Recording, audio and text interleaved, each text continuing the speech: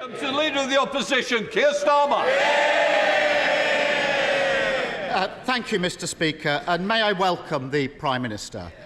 The first British Asian Prime Minister is a significant moment in our national story. And it's a reminder that for all the challenges we face as a country, Britain is a place where people of all races and all beliefs can fulfil their dreams.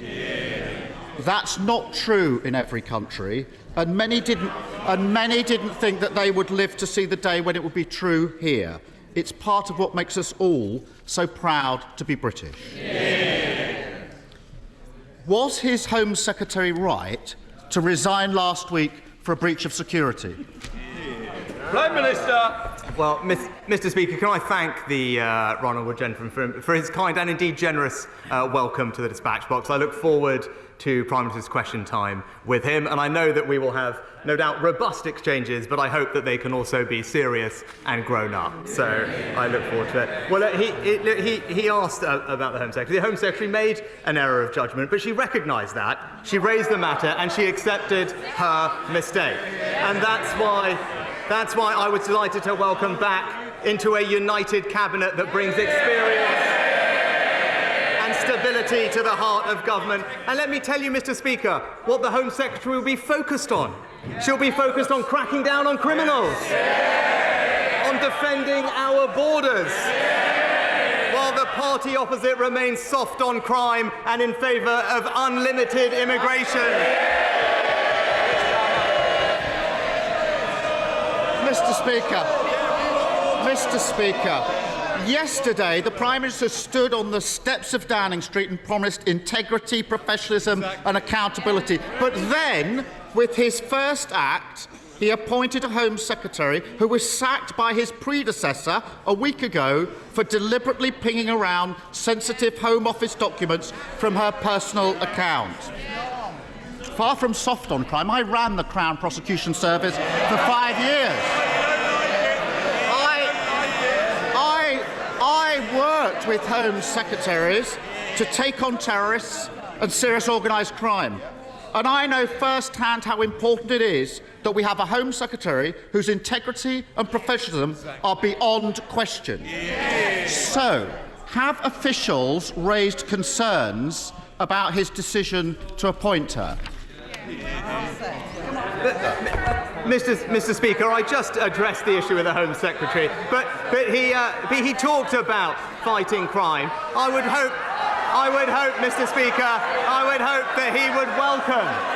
I would hope that as we look forward, he would welcome the news today that there are over 15,000 new police officers on our street. And the Home Secretary will be supporting them to tackle burglaries. While the party opposite will be backing the lunatic protesting fringe that are stopping working people going about their lives. Keir Starmer. Well, Mr Speaker, I listened carefully. That was clearly not a no. We can all see what's happened here.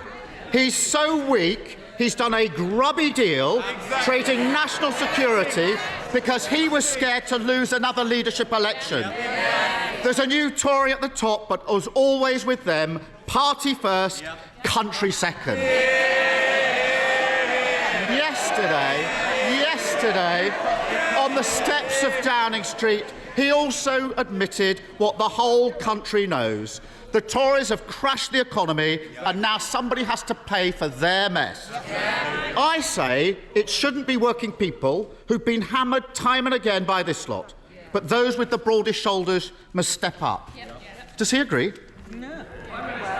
Well, Mr Speaker, the honourable gentleman talked about party first and country second. Perhaps he could explain to us why it was a few years ago he was supporting the member for Islington North.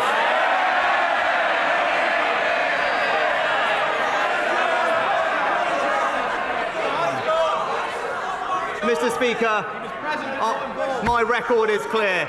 When times are difficult in this country, I will always protect the most vulnerable. That is the values of our compassionate party.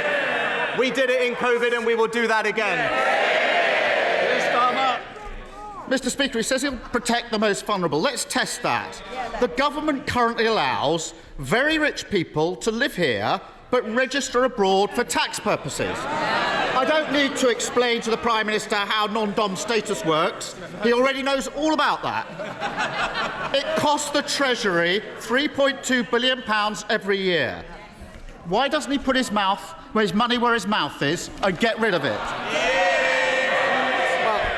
Well, Mr. Speaker, I have been honest. We will have to take difficult decisions to restore economic stability and confidence. And my honourable friend, the Chancellor, will set that out in an autumn statement in just a few weeks. But what I can say, as we did during COVID, we will always protect the most vulnerable. We will do this in a fair way. But what I can say, I am glad, Mr. Speaker, that the party opposite, the honourable gentleman, has finally realised that spending does need to be paid for. It is a novel concept for the party opposite. This government is going to restore economic stability, and we will do it in a fair and compassionate way.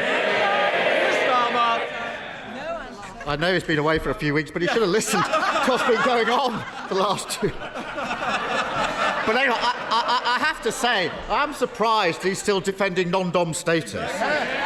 He pretends he's on the side of working people, but in private he says something very different. Over the summer, he was secretly recorded at a garden party in Tunbridge Wells, boasting to a group of Tory members that he personally moved money away from deprived areas to wealthy places instead. Rather than apologise or pretend that he meant something else, why doesn't he now do the right thing and undo the changes that he made to those funding formulas? Well, Mr. Speaker, I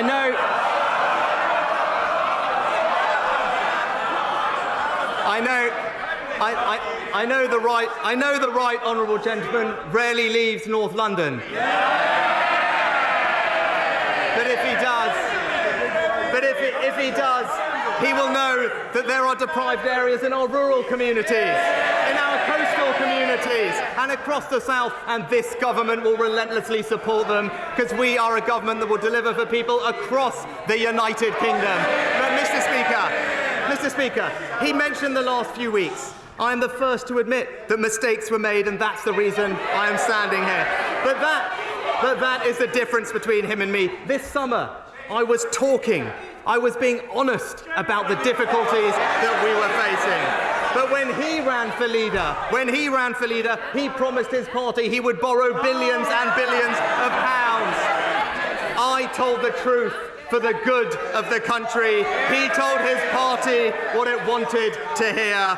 Leadership is not selling fairy tales. It is confronting challenges, and that is the leadership the British people will get from this government. Mr. Speaker, I think everyone should watch the video and make their own minds up. In public, he claims he wants to level up the north, but then he boasts about trying to funnel vital investment away from deprived areas.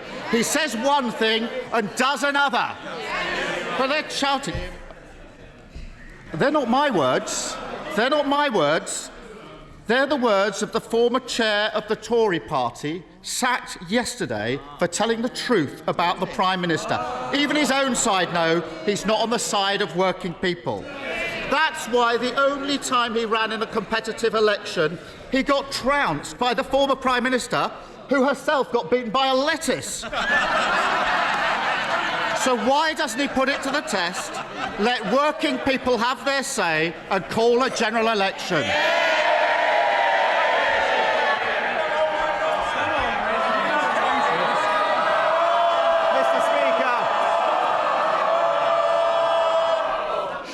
Well, it'll take a long time to get through this paper if we carry on like this, Prime Minister. Mr. Speaker, he talks about mandates, about votes, about elections. It's a bit rich coming from the person who tried to overturn the biggest democratic vote in our country's history. Our mandate is based on a manifesto that we were elected on, to remind him an election that we won and they lost. A mandate mandate that says we want a stronger NHS, better schools, safer streets, control of our borders and levelling up. That is the mandate that I and this government will deliver for the British people.